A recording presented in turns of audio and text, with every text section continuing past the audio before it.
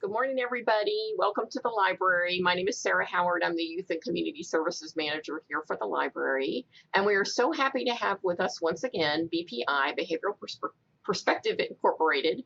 And we have Rebecca Ebbers and Emeline Falk with us, and they are board certified behavioral analysts.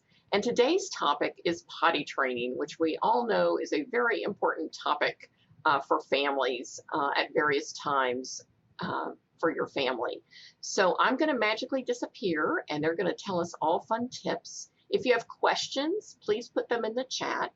This is being recorded, as you know, so we can share out the link later and it will be available to share with others as well.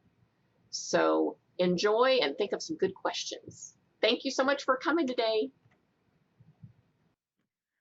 All right, so I am going to share my screen. And we will start like Sarah said, I'm Emeline Falk, and I am a BCVA with BPI. We're going to talk all about potty training. So you, as a parent, might be thinking about starting this process with your child. And so today, some of those objectives that we're going to go over is kind of identifying where you are in that process. Maybe you've already started some things, maybe you're just thinking about it. And then depending on where you are at in the process, we'll kind of define some of those next steps and things that you can go and do from that point. So, you know, as you start thinking about potty training, there are so many reasons as to why a parent might begin the steps to start this. It's absolutely cheaper. It might be developmentally time. You might just be thinking and feeling like, I think my child is ready. Maybe you're tired of just changing diapers. I can relate to that for sure. And, you know, we also always want to be increasing our child's independence, and potty training is one of those ways. Maybe your child is getting ready to go into a preschool or kindergarten setting, and that school requires them to be independent in the bathroom. The list may go on, but those are just some of maybe the beginning thoughts that you're having. And then first we need to, you know, define what success is. What does potty training mean to you? What does it mean to be successful in that? Maybe for your child, it's you still prompting them, you know, hey, it's time to go to the bathroom, and they're able to walk to the toilet, use the bathroom. Maybe for you, it means that they're doing that all by themselves. They're saying, Mom, Dad, I need to go to the bathroom. Maybe it's, you know, you still helping them through that last part of the sequence as far as washing their hands. So it might look different. Success might look different for each child, and that's okay. So talking about child readiness, when is your child ready to start the process? There are a few like prerequisite skills that we suggest that your child has kind of in their toolbox before you guys start. You know, being able to follow basic instructions. You're going to be using instructions as you teach the process. Then being able to imitate simple tasks. You might be showing them some steps as you go through the process of toilet training. And so being able to imitate is very important. Does your child have bladder control? You know, can they stay dry for long periods of time? Are they able to urinate all at once? Do they maybe show signs that they're wet or starting to have to go? You know, does their body language change? Do they make a facial expression? Those are good things for you to clue in on as parent.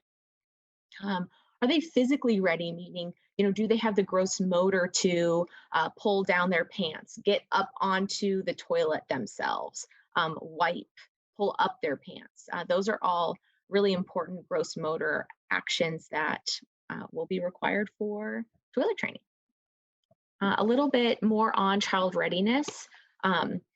Can they, like I said, with those gross motor, can they dress and undress themselves? What kind of way of communication are you going to be using? Is your child going to be using? Are they going to vocally communicate? Uh, Bathroom, toilet, potty? Are they going to use a sign? Are they using an AAC device, making sure that there is a button on that device that indicates that they need to go? And we'll talk a little bit more about that later. Um, a really important thing is, can they sit and attend to a, an activity for at least 5 minutes? Are they able to sit and stay in that one spot for at least 5 minutes at a time? Um, and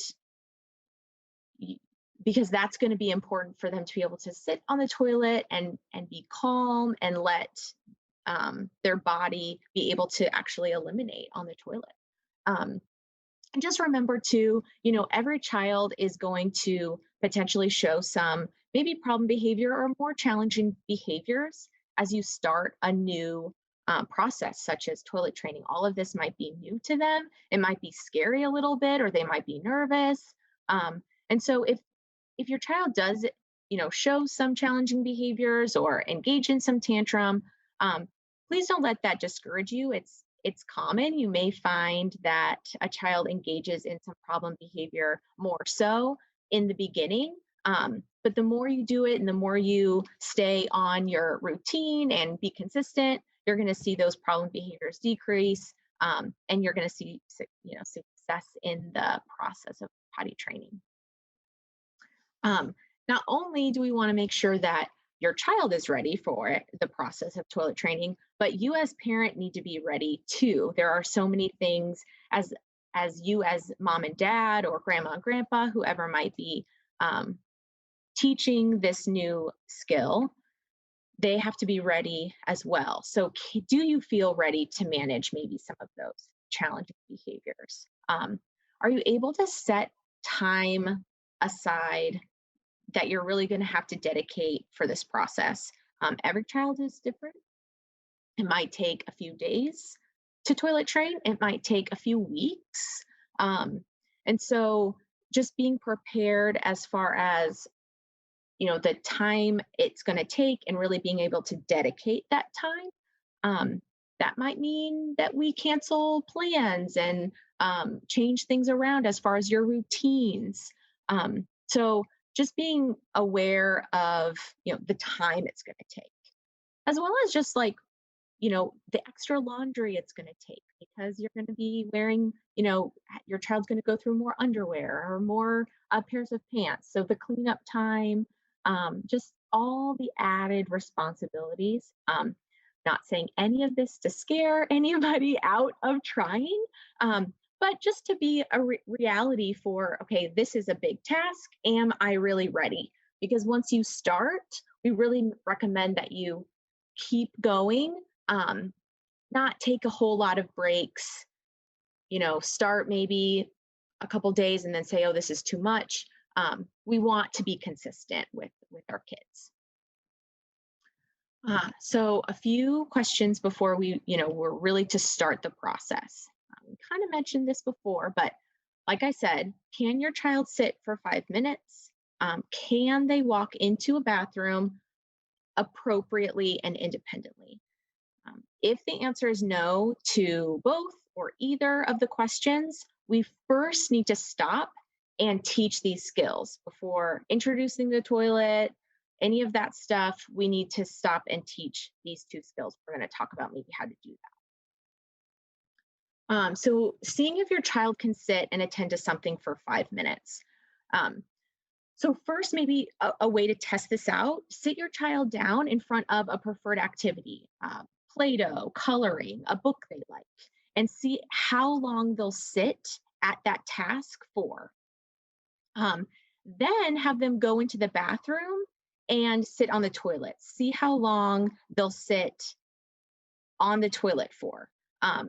If your child cannot sit with a preferred activity or sit on the toilet for more than 5 or for at least 5 minutes, then we're going to practice and increase that amount of time little by little.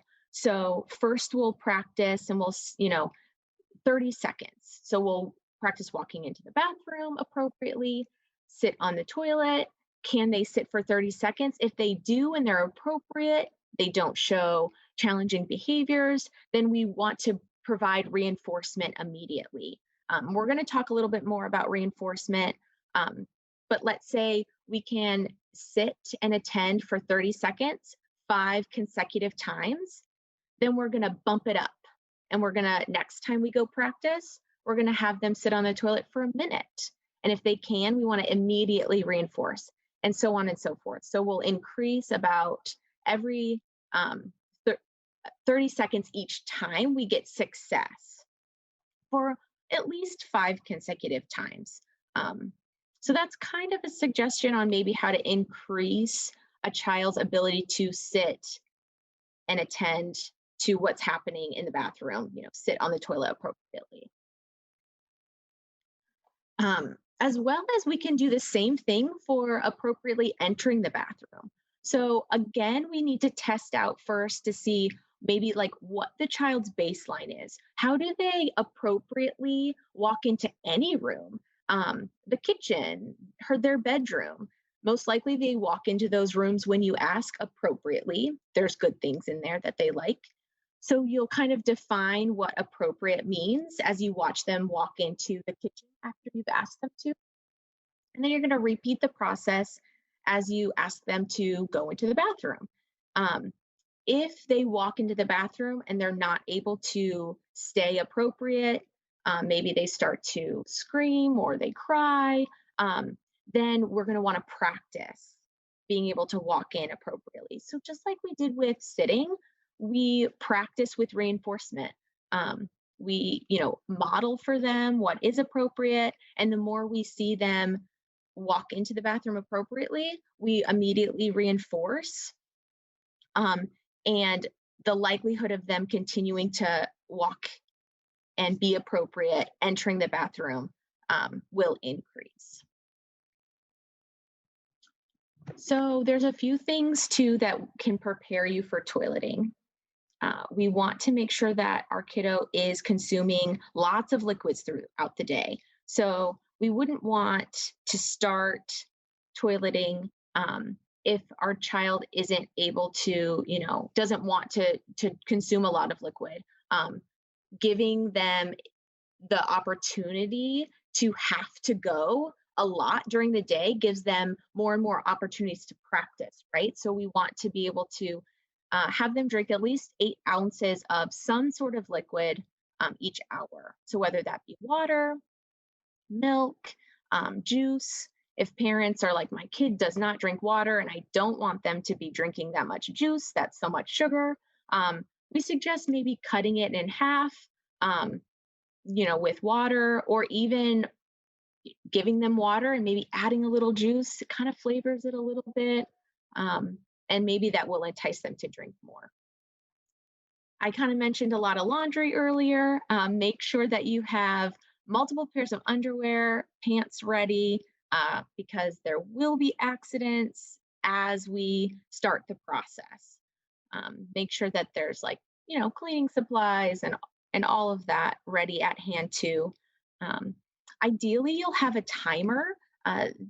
This way you can, make sure that you know how long they're sitting on the toilet for. It can even help you as the parent remember, oh, I have to, prompt them to go to the bathroom next. So a timer is great. And then having several reinforcers handy. And we're going to talk a little bit about reinforcers, like I said, and kind of how to run a preference assessment is what we call it. And that's a way to kind of find reinforcers for your child. A few more things to consider. Potentially sticking with one bathroom at first, when you're really just starting out, with minimal distractions, minimal interruption. Potentially using a potty seat that goes on and off of the toilet. This way, the child can independently put that on when they need to and remove it when they need to, as well as when we talk about generalizing the skill to other toilets, they'll also be able to, once they don't need the toilet seat anymore, they'll already be used to that room, that environment, instead of like a separate tiny potty that might be on the floor. That's going to be a whole nother thing that you'd have to transition to. We like to suggest maybe just using that potty seat that sits on a regular toilet seat. And then maybe also think about your child wearing like a shorter t-shirt so it doesn't interfere with, sitting on the toilet. It won't get as wet. It's a little less laundry to have to worry about too. Okay, so reinforcement. This is going to be so important. What is reinforcement? So basically, it is a item, activity. It could be really anything that your child enjoys, but not only do they like it, it is going to increase the likelihood that they engage in an appropriate behavior again once they've received it. So you have to kind of identify those things. Potentially just a preferred item might not actually act as a reinforcer, meaning you might give it to them after they engage in a behavior you want, but that might not entice them enough to engage in that behavior again. So we really want to make sure that we have the right reinforcement. And then we can, tier those reinforcers. So we know what is our highest reinforcer, what we can use that they're really going to work really hard for, and kind of rank them as we go. Another tip is to provide social praise along with any sort of tangible or edible, activity, edible or an activity that you give. So let's say you're using goldfish because your child loves goldfish and you've also identified that that's a reinforcer. So they sit on the toilet for 5 minutes, you're going to immediately reinforce. And you also want to add some sort of social praise. So you're identifying using behavioral language. Great job sitting on the toilet. Here's your goldfish. Wow, that was so awesome sitting on the toilet. Here's your goldfish. And you want to make sure you pair that social praise with whatever tangible reinforcement you might be using. So we kind of talked about, I mentioned preference assessments. This is just one way to potentially identify different things that you can use for a reinforcer. We suggest having like 5 to 10 items potentially ready for your child. Of course, we want these items to be preferred. So you want to gather a few things that your child likes. Present 2 of them to your child. So you're holding up, let's say, crayons and Play-Doh. You ask them pick one, or maybe you just hold them out and you wait until they grab between the 2 of them. Maybe they grab the Play-Doh. So you're going to add that to your list of potential reinforcers. Out of the 2 objects, they wanted that Play-Doh first. Let them play with it for a little bit and then, set it aside. Then you can bring 2 new items out. See which one they pick. This is when you can kind of rank your items. So have a piece of paper ready, a pencil nearby, and kind of jot down, okay, they wanted the Play-Doh over the crayons. They wanted the goldfish over the M&Ms. And this will help you kind of be able to figure out, what they might work the hardest for, and what might act as a reinforcer. And then keep that list nearby. So if, you're doing potty training one day, but maybe dad is doing it the next, or grandma's coming in the next day, they have that list ready. And so they can just look and glance at it and use those things on that list as well.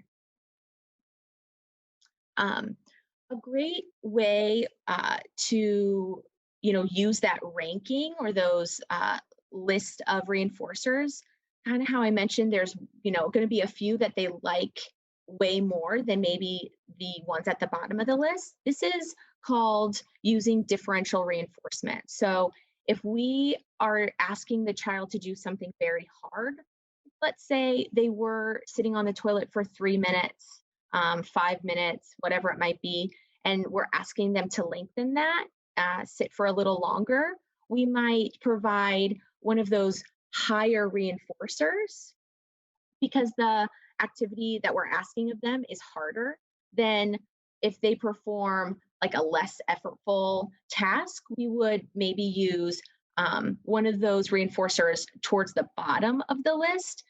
We still want to reinforce those less effortful tasks, but we want to save our like prime reinforcers for those things that are more difficult. If the child is able to have, let's say we're really working on eliminating and having a BM, that might be really difficult. And so we would use that high reinforcer to reinforce that as far, rather than maybe giving that reinforcer for if they just eliminate in the toilet.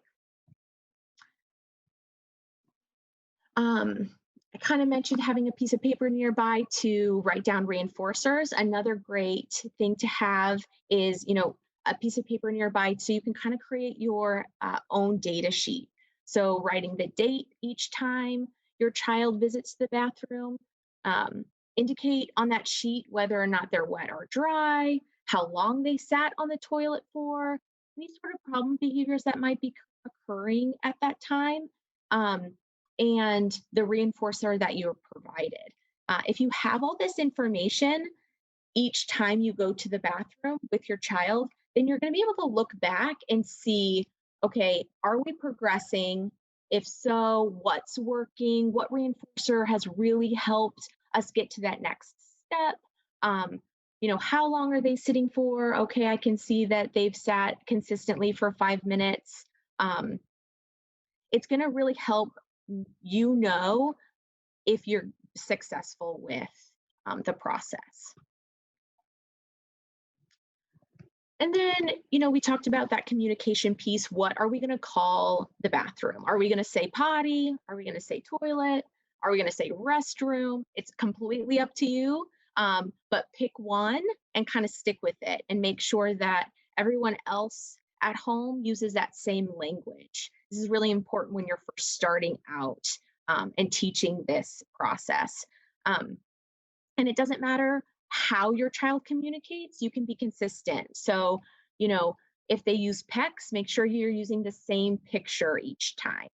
If they have an AAC device, make sure, you have one button. You're using the same sign if you have a signer. And of course, if you have someone that is vocal, then, picking that word and accepting an approximation of that word too, and working on getting them to say, potty in its entirety, but always reinforcing any approximation that they give vocally. All right. And again, when we think about toilet training, there are so many steps within the process. So it's not as easy as just saying, go to the bathroom, and there are so many things that then they have to be able to do once they get to the bathroom. So before, you are able to just have your child be independent solely, you might want to think about going through the different tasks that toilet training or going to the bathroom takes, write them all out. There's an example here. It can be as long and as detailed as your child needs it to be. Every task analysis can be, specific to your child. So maybe they don't need all of these steps written out, or maybe they need more. But this is a great way to have your child who might start to become more independent with pottying. They're able to then, see the different steps they need to do while in the bathroom in case they do come across a moment where they forget. So it can be in written out in words. If you have a reader, you can even turn this task analysis into pictures. And so, you know, let's say your child does most of the steps of the toilet training process, and they come to, you know, almost leaving the bathroom, but they haven't washed their hands yet. They can maybe look at the pictures you have out and say, oh, I just pulled up my pants. Before I leave the bathroom, I have to wash my hands because maybe there's a picture of someone at the sink. So that's just one idea to help your almost independent, your almost independent child in the bathroom be even more successful. And now I'm going to turn it over to Rebecca.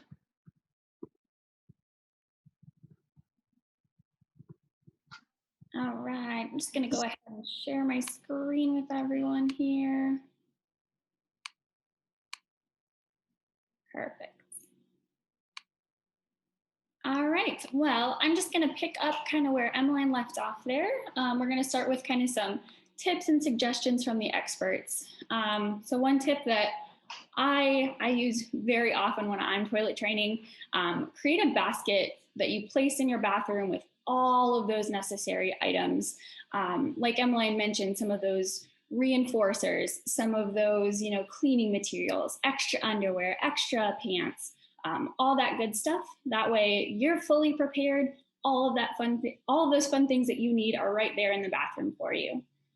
The next one here, if you do decide to identify one bathroom to kind of start that training initially, then be sure to also practice in other places, whether that be other bathrooms in the home, maybe a daycare setting, grandma's house, whatever you might need in order to help your child generalize that skill, that potty training skill, across multiple environments. That is definitely something that is very important. This kind of repeats that point in that, you know, maybe we might consider altering the days. Maybe Monday, Wednesday, Friday, you potty train in one bathroom of the house, and the other days you potty train in another. Or vice versa. Maybe, you know, they really work on potty training at, you know, daycare on Tuesdays and Thursdays. Again, whatever works for you guys. And then, you know, one of the most important parts here that Emeline alluded to, making sure that there are several different people involved in the process. As parents, you're not the only people that are going to be taking your child to the bathroom, right? So having your daycare provider, your babysitter, grandma, grandpa be involved in the process. Anyone who might be taking your child to the bathroom, that way they do learn that skill across multiple people. You know, when I'm with grandma, I can go to the bathroom as well, not just when I'm with mom or dad. We also alluded to, you know, some potential challenges with potty training. It is not an easy task, right? So we talked about, you know, that time commitment, that consistency. It is, you know, relatively crucial that we do have, you know, a couple days or potentially longer time periods in the home where we dedicate ourselves kind of to that potty training experience. Again, be ready to, you know, cancel those events if, you know, we are not being successful. We don't want to kind of take that break in training and then have to hop back in later. That's not going to be, you know, successful overall. You know, find some backup, find a babysitter, or, you know, maybe grandma and grandpa can take the other kiddos if you have some at home, to kind of keep them busy, because really you are going to have to dedicate, you know, your time and energy to, you know, the kiddo that you are trying to potty train on those days. It can be messy, as we alluded to before. Try to have, you know, some cleaning materials, extra underwear, extra pants. I recommend anywhere between, you know, 5 and 10 pairs of extra underwear and pants, depending on kind of where you are in the process. And then trying to remember that, you know, if they're not independent in all of those bathroom steps that Emeline just pointed out to us, then you might still need to mediate a little bit in kind of that toileting routine, you know, using those prompting procedures, whatever is going to be necessary for your kiddo to be successful with that whole routine. All right, so this slide kind of lays out, you know, the core procedures or the steps to take during kind of the initial toilet training procedures. So again, we mentioned, having lots of liquids available, whatever that liquid might be, having that access, having that available to them throughout the entire day.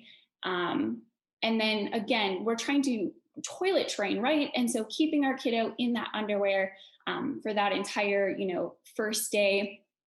You can, of course, put them in diapers or pull-ups during the nighttime for them to sleep, because that sleep training is a whole different thing, right?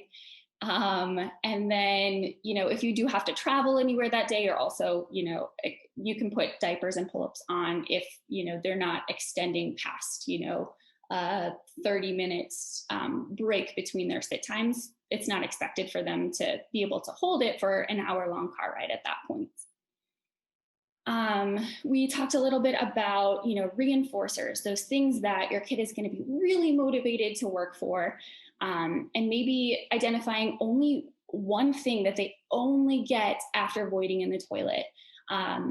I've worked with kiddos who they don't have a lot of screen time access. And so parents were like, oh, this is something that they really, really like. And so they only got their favorite iPad or favorite tablet after they, were successful in voiding in the toilet, but they didn't have it at any other time. That's another way to kind of increase that effectiveness of that potential reinforcer as well.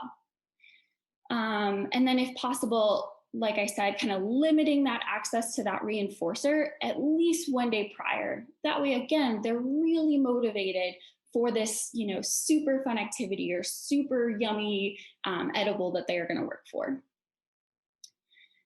So when we, start on your toilet training day, you're going to, the kiddo has the ability to sit for 5 minutes. They can walk into the bathroom, follow all those directions really well.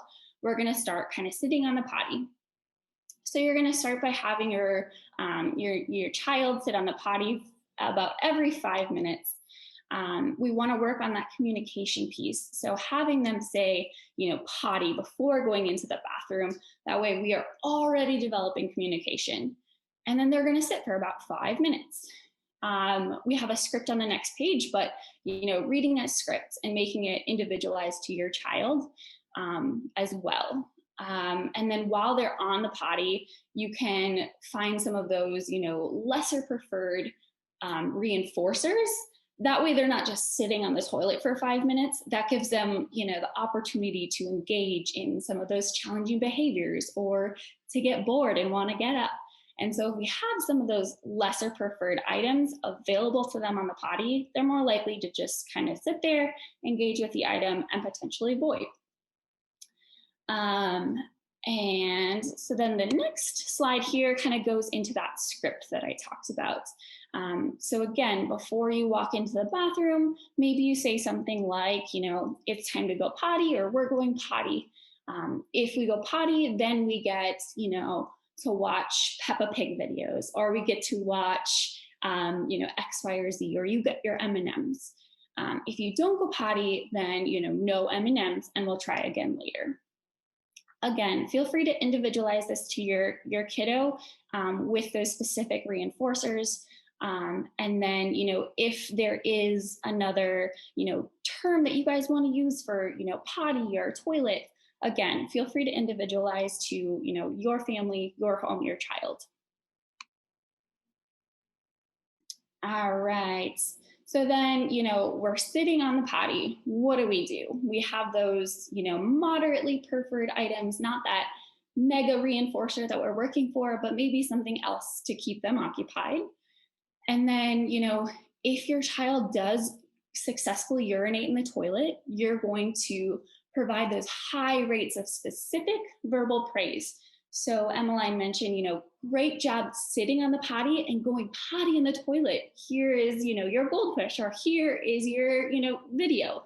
Let's have a party. I like to call these potty parties. They're super fun.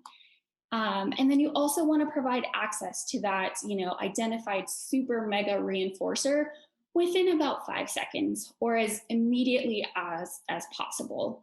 You are in the bathroom, there are lots of things going on. And so that's why it's really helpful to have that basket of just everything you need. That way, everything's already in the bathroom for you. Prepare for success as best as you can. After we have given that verbal praise, we've given them that identified reinforcer, then we're going to have them redress in the same clothes. Typical process, right? We go to the bathroom, we redress, and then, follow the rest of your bathroom routine if your child is at that point. If not, prompt them through, washing their hands. And then we'll go for a break. We'll have, some time away from the bathroom. I typically recommend, if you're going to the bathroom every 5 minutes, finding a play area close to the bathroom. That way you're not, dealing with so many transitions across the house or, up and down stairs. But they will have kind of that break time with that reinforcer for a little bit away from the potty as well. If your, kiddo doesn't have a success in the toilet after, sitting for 5 minutes, you'll just simply let them know, all right, we're all done on the potty. We can try again later. And you want to try to use a neutral tone for this, right? So we don't want them to confuse the idea of that potty party or that really specific reinforcement with us just letting them know that, time is up and we can try again later. So trying to kind of differentiate the difference between kind of your tone in those situations is also another way to use that differential reinforcement that Emeline had talked about earlier. Again, after, you're successful or unsuccessful on the toilet, we want to redress in those same clothes and then, leave the bathroom for kind of a break time away from the toilet. During that time, you'll use, as minimal prompts as necessary. Like I said, whatever is going to be least intrusive to help your child get through those steps and leave the bathroom. So using a neutral voice is going to, again, be very important here. And then providing opportunities for independence. Maybe your kiddo can pull their pants up, but they have difficulty with washing their hands. So giving them that opportunity with pulling their, underwear and pants up, and then maybe you help them through the hand washing process. We typically come up with kind of a specific criteria for, when to increase the amount of time between trips to the bathroom. We typically say, after 5 successful trips at going to the bathroom, every 5 minutes or so, we can increase that break time or increase the time between kind of those bathroom trips. Again, 5 is kind of an arbitrary number. In our programs, we use 5. However, if you see success really early on and you think, 3 trips is going to be good for us, again, individualize it to your child, your family. I would recommend probably anywhere between 3 and 5. And so after they have been successful with, going to the bathroom every 5 minutes for 5 successful trips, then we're going to increase that break time or that time between those sits to maybe, 8 minutes. After, 5 more successful times, we'll move on to 10 minutes until you are at a progression that is socially significant for you and your family. I have some kiddos that we try to train up to, 2 hours during toilet training. Some families stop at, 1 hour or 60 minutes. Again, individualize it based on, your child's age, their bladder control, your kind of success as well. All right, so as I mentioned, we slowly increase the amount of time between those trips to the bathroom. After we progress from that initial 5 minutes, we're gonna do what we call dry checks. So once we start, going to the bathroom every 8 minutes, 10 minutes, and etc., we're gonna do dry checks about every 5 minutes. So again, the idea of having that timer with you is gonna be really important specifically for this step. So what a dry check is you basically just check your child and see, are they wet or are they dry? If they are dry, we're going to, again, provide that specific reinforcement for being dry by saying, you know, great job having dry pants. So we're going to tell them exactly what they did in order to receive that praise. And then we can also give them, you know, about 30 seconds to a minute with that, you know, mega reinforcer. Or, you know, maybe they have an edible that we're giving them, and maybe we give them, you know, just a little bit of that edible as well. All right, so what do you do during those break times, right? So we're not on the toilet for, you know, the entire time. We do have these break times. During that time, you will allow them to engage in normal activities. Maybe, you know, you guys are working on some academics at home, or, you know, it's lunchtime. You can go and, you know, eat your lunch, but do keep a close eye on them, and, you know, continue doing those dry checks. If an accident does occur during this time, during their break time, we're going to do what we call positive practice.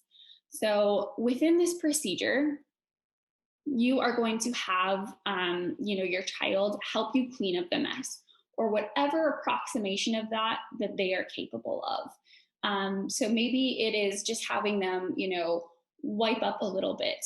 Maybe it is having them get a towel, whatever that approximation is, so that they are partaking in that cleaning process. After that, you'll take them to, you know, the toilet, and you'll do your sit for 5 minutes. Then you'll go through, you know, your whole toileting routine, washing your hands, redressing, all that fun stuff. You'll go back to the spot of the accident, and you will tell them, you know, we go potty in the toilet, and you'll go back to the toilet. You'll sit for 5 minutes, go through that routine again, go back to the spot of the accident, and you'll follow that for at least 2 more times. It's the idea of letting them know that we had an accident, but we can go in the toilet. We had an accident, we go in the toilet. Another, excuse me, another thing is that if your child is at the point where they can communicate in, you know, whatever form that you guys kind of laid out ahead of time, whether that be that AAC device, you know, sign language, vocalizations, trying to prompt them to, you know, verbalize or communicate potty with you before they enter that bathroom.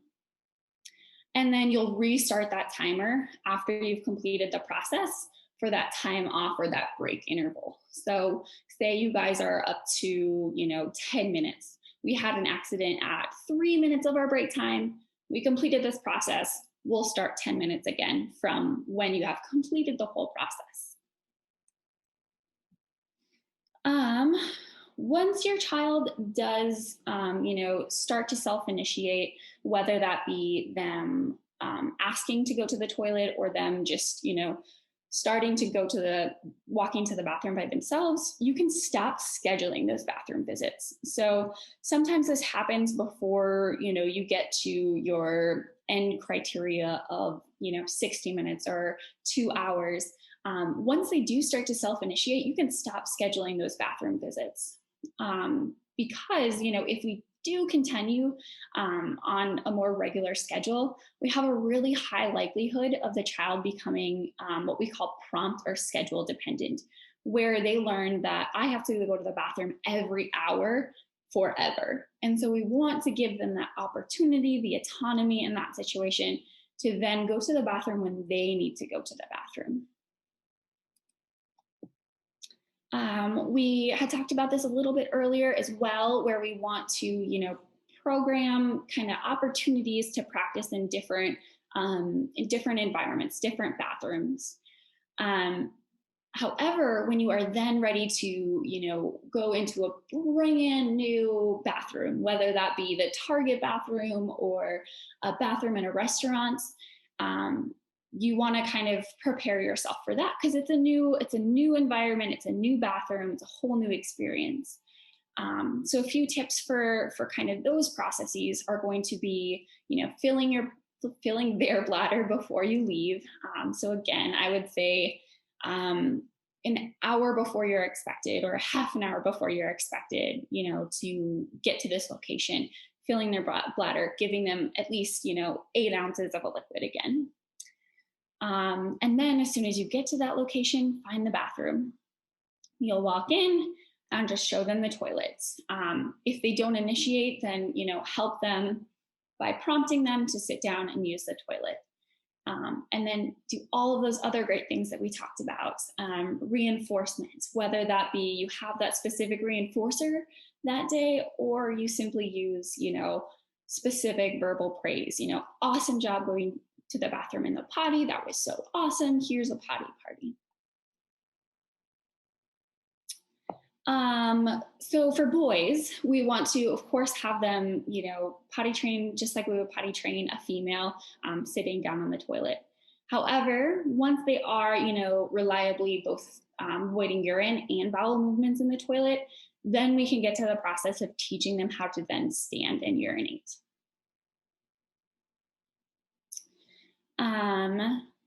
This slide kind of talks a little bit more about communication and how to communicate when our child has to go to the bathroom.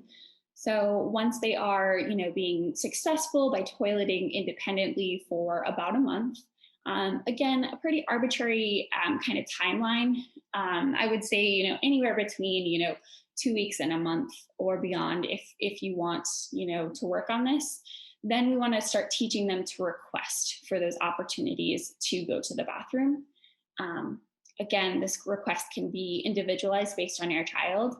If they are vocal, what does that mean to you? What do you, what ideally is that going to look like for your family?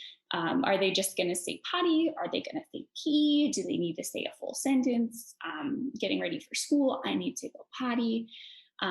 Is that requesting with an AAC device or a PEX card? Or is there a specific sign that you want to teach? Again, individualize it to your child.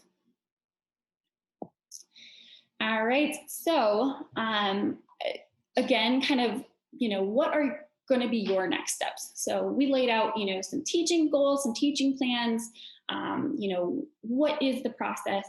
The next step for you guys is to kind of identify, where are you in this process? Maybe you need to sit down and think about, when do I have time? What does that toileting procedure look like for you? Make that task analysis. What does that routine look like to you? Are you going to require your kiddo to turn on the bathroom lights? Is that not something that's important to you right now? Prepare your materials. Get that little laundry basket full of everything you might need for toilet training. And then also communicate with all of those necessary parties to ensure that we are being consistent, right?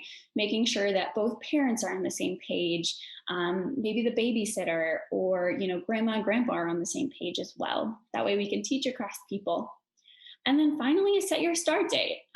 Just again, keep in mind some of those challenges, right?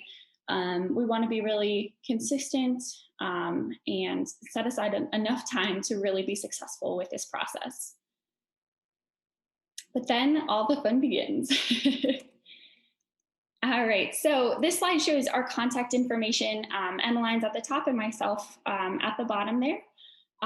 Feel free to, jot this information down and contact us, whether that is being, you have a question after watching this as a recording or later on today. We're happy to, answer those questions and potentially consult with you on this as well. But if you guys have any questions, feel free to kind of put them in that chat box, and we're happy to answer those questions as they come up.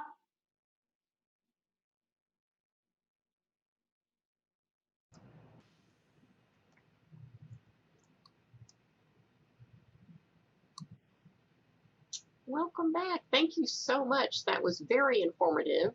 And there is, of course, the power of suggestion during this workshop that maybe we all have to go visit the facilities after we're done here. But that was great information. As they said, please do reach out to them if you have any questions, and keep an eye on our website for future parent workshops. And this will be recorded and up on our YouTube site in a couple days. So thanks so much for coming. I'm not seeing any questions in the chat, but let me double check myself. I do see one question here. Oh, there we go. Yay. So the question is just clarification. If we suggest, going to the bathroom every 5 minutes to start, yes, most definitely starting, small with, every 5 minutes. It is, again, it kind of limits that opportunity for accidents and really extends the opportunity to have a success. The idea of going every 5 minutes is we're going to go every 5 minutes and we increase that likelihood of catching a success. We're going every 5 minutes. We're going to get some sort of success and then increasing that amount of time between trips to the bathroom. Great. And then extending, of course, like I said in the PowerPoint, after 5 successes in the toilet, maybe then increasing that amount of time. And I would recommend slowly increasing at first, again, in order to kind of increase that likelihood of being successful. There's another question here. Do they have to sit for 5 minutes every time? If they pee right away, do they still stay on longer? Yes, so they will sit for 5 minutes every time. However, if they do pee, you let them off that toilet, you give them that reinforcer and have that potty party. They don't have to continue sitting if they do have a success. Or watch for the toddler to wear. Yeah, so I've never done this because, again, it could potentially promote that prompt dependency that we had talked about earlier. But, if your toddler is able to wear a watch and it's socially significant for you to, have it on their wrist and for them to be aware of the time that they are sitting on there for, some sort of alarm or something like that, I don't see any problem in that as long as, we're not letting them control the time, right? So again, if it's a digital timer, they might be able to kind of, mess with it and manipulate. So they're only sitting for 2 minutes. That would be my only potential qualm with that. Emeline, do you have anything to add to that one? No, I completely agree with you. I agree that we just want to make sure that they're not able to, change around the consistency of anything. But let's say you're starting to see a lot of success and they're really independent, and you don't feel like they're prompt dependent on you telling them to go. But maybe every once in a while you're like, it would be helpful if, while they're playing with their toys, that if the watch kind of vibrates or beeps, just as a reminder to them to even think like, do I have to go to the bathroom? If that's something eventually you want to use, once they're really solidified in the skill, I don't see, like Rebecca said, I don't see a problem with that at all. Great. Any other questions before we end this session? I'm going to put in the chat if you want to sign up for our kids and parents newsletter, and we usually put things like the upcoming programs in it and special events and special book lists and things like that. So if you're not on that, feel free to join that on that link, and you'll get a little e-newsletter every month for that. Kind of helps prompt you instead of having to come to our website and look around. Okay. Great. Well, thank you all so much for coming. We appreciate it. And don't forget, we'll be having a summer reading program this summer all the way from birth to adult, so any age at all. So we hope to see you with that as well. Thanks a lot.